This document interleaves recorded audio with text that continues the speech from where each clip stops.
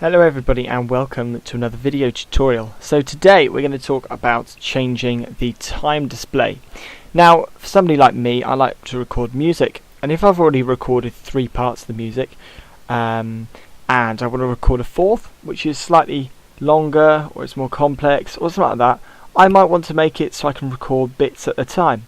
So let's say I've recorded up to 20 bars and made a mistake in the 20th bar. I could then restart this at the 20th bar again, but I'd have to change something to be able to do that, and seconds isn't very handy. So if you right click this and click time display, you can then go down to bars and beats, which shows you, like the second bar, beat 1, beat 2, beat 3, beat 4 to bar 3, and so on. So you could click here and you could start recording from bar 12. Now if you right click this and select time display and edit custom frame rate, these 3 here are applicable to this particular selection.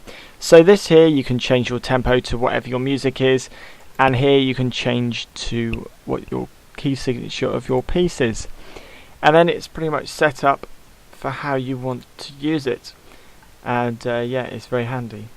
Okay, so I hope this helped today.